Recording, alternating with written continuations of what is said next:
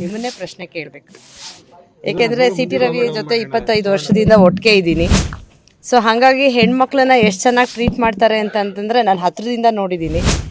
ಅವರ ಪದ ಬಳಸಿದ್ದಾರೆ ಅಂತಂದರೆ ರಾತ್ರಿ ನಮ್ಮನೆ ಮುಂದೆ ಇಷ್ಟೊಂದು ಹೆಣ್ಮಕ್ಳು ಬಂದಿರ್ತಿರ್ಲಿಲ್ಲ. ಬೆಳಗ್ಗೆ ರಾತ್ರಿ ಅಂತ ಲೆಕ್ಕಿಸ್ತಲೇ ಇಷ್ಟೊಂದು ಹೆಣ್ಮಕ್ಳು ನಮ್ಮನೆಗೆ ಬರ್ತಿರ್ಲಿಲ್ಲ. ಸೊ ಅವ್ರು ಒಂದು ಒಳ್ಳೆ ಸಂಸ್ಕಾರದಿಂದ RSS ಬ್ಯಾಕ್ಗ್ರೌಂಡಿಂದ ಬಂದಿರೋದು. ಸೊ ಅವ್ರ ಬಾಯಲ್ಲಿ ಇಂಥ ಶಬ್ದ ಬಂದಿರೋದು ನಮಗೆ ನಂಬಕ್ಕಾಗಲ್ಲ. ಹೆಂಗೆ ಬಿಂಬಿಸ್ತಾರೆ ಅಂದರೆ ಏನು ಬೇಕಾದ್ರೂ ಮಾಡ್ತಾರೆ, ಯಾಕಂದರೆ ಸರ್ಕಾರ ಅವ್ರದ್ದು ಇರೋದ್ರಿಂದ.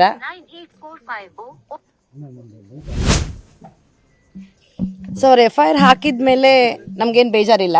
FIR ಹಾಕಿದ ಮೇಲೆ ಕಸ್ಟಡಿ ಕೊಡಲೇಬೇಕು. ಕಸ್ಟಡಿ ಕೊಟ್ಮೇಲೆ ಸ್ಟೇಷನಲ್ಲಿ ಇರಬೇಕಿತ್ತು. ಅವ್ರು ಇಡೀ ರಾತ್ರಿ ತಿರುಗಿಸೋವಂಥ ಏನು ಅವಶ್ಯಕತೆ ಇತ್ತು? ಸೊ ನಮಗೂ ಆತಂಕ ಆಗೇ ಆಗುತ್ತೆ.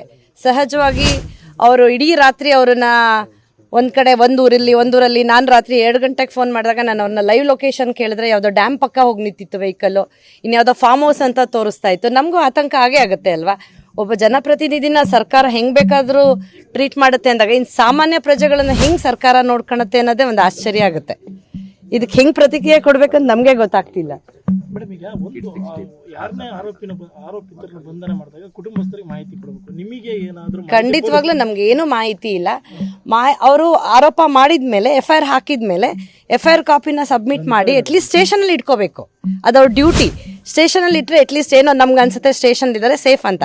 ಅವರು ನಾವು ಮನೆಗೆ ಕಳಿಸ್ತೀವಿ, ಸೇಫಾಗಿ ಎಲ್ಲ ತಲುಪಿಸ್ತೀವಿ ಅಂತೇಳಿ ಇಡೀ ರಾತ್ರಿ ಸುತ್ತಿಸಿದಾರೆ ಅಂದರೆ ಇದಕ್ಕೆ ನಾವು ಯಾರನ್ನ ನ್ಯಾಯ ಕೇಳಬೇಕು? ನಾವೇ ಕೇಳಕ್ಕಾಗಲ್ಲ ಅಂದಾಗ ಇನ್ನು ಸಾಮಾನ್ಯ ಪ್ರಜೆಗಳು ಹೆಂಗೆ ಈ ಸರ್ಕಾರದ ಬಗ್ಗೆ ನಂಬಿಕೆ ಇಟ್ಕೊಳಕ್ ಸಾಧ್ಯ? ಯಾವುದೇ ಇನ್ಫಾರ್ಮೇಶನ್ ನಮಗಿಲ್ಲ.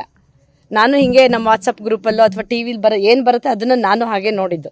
ನಾನು ಮಂಗಳೂರಲ್ಲಿ ಇದ್ದೆ. ಸೊ ಹಾಗಾಗಿ ನನಗೆ ಸಹಜವಾಗಿ ನಾನೆಲ್ಲ ಹೊರಗಡೆ ಇದ್ದೆ, ಯಾವುದೋ ಒಂದು ಕಾರ್ಯಕ್ರಮಕ್ಕೆ ಹೋಗಿದ್ದು.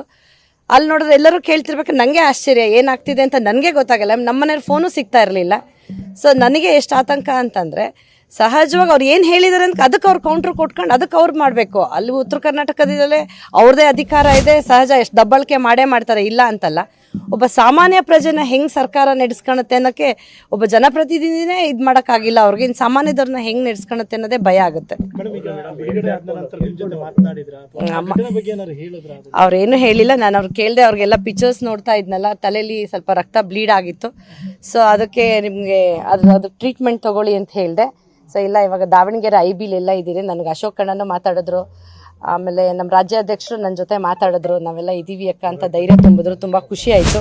ಸೊ ನಮಗೇನು ಸಮಾಧಾನ ಅಂದರೆ ಎಲ್ಲರೂ ಅವ್ರ ಜೊತೆ ಇದ್ದರು. ನಮ್ಮೆಲ್ಲ ಹಿರಿಯ ನಾಯಕರುಗಳು ಇದ್ದರು, ಪಕ್ಷದ ಕಾರ್ಯಕರ್ತರುಗಳಿದ್ದರು. ಹೆಚ್ಚಾಗಿ ಎಲ್ಲದಕ್ಕಿಂತ ಹೆಚ್ಚು ಏನು ಅಂತಂದರೆ ನಮ್ಮನೆಗೆ ಸಹಜವಾಗಿ ಎಲ್ಲರೂ ಬರ್ತಾರೆ. ಕಾರ್ಯಕರ್ತರು ಅಂದರೆ ನಮಗೊಂದು ಶಕ್ತಿನೇ. ಅದು ನಮ್ಮ ಚಿಕ್ಕಮಂಗ್ಳೂರಲ್ಲಿ ಕಾರ್ಯಕರ್ತರೇ ನಮಗೊಂದು ದೊಡ್ಡ ಶಕ್ತಿ. ಯಾರಿದ್ದಾರೋ ಬಿಡ್ತಾರೆ. ಈಗ ನಾನು ಇಡೀ ದಿನ ಇರಲಿಲ್ಲ ನಿನ್ನೆ. ಸೊ ನನ್ನ ಮಗನ ಜೊತೆ ಅದೇ ಹೇಳ್ತಮ್ಮ, ಎಲ್ಲರೂ ಬಂದು ಕೇಳ್ತಾ ಇದ್ದಾರೆ ನಿನ್ನನ್ನು.